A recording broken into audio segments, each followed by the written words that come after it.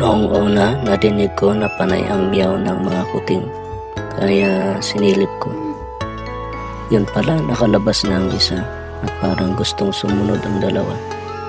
Nang makita rin ni Cookie na sinisilip ko, napansin niya ring nakalabas na ang dalawa. Kaya doon nagsimula. Maingat niyang binuhat ang isa papunta sa mas maluwag na parte ng kama. Tinulungan ko na siyang buhatin ang dalawa pa. Nilinisan ko ang bagong pwesto at nilagyan ko ng karton para sa kanilang tulugan at pagdididi. Tila naintindihan ni Cookie ang ginawa ko. Agad siyang pumwesto sa loob ng karton. Parang inaanyayahan niya ang kanyang mga kuting. Habang ang mga kuting naman ay masayang naglalaro at nag-i-explore sa bago nilang tahanan. Hindi ko man nakuhanan ng kamera ang simula, pero sapat na ang sandaling iyon para maramdaman ang lambing, pag-aaruga at likas na pagmamahal ng isang ina.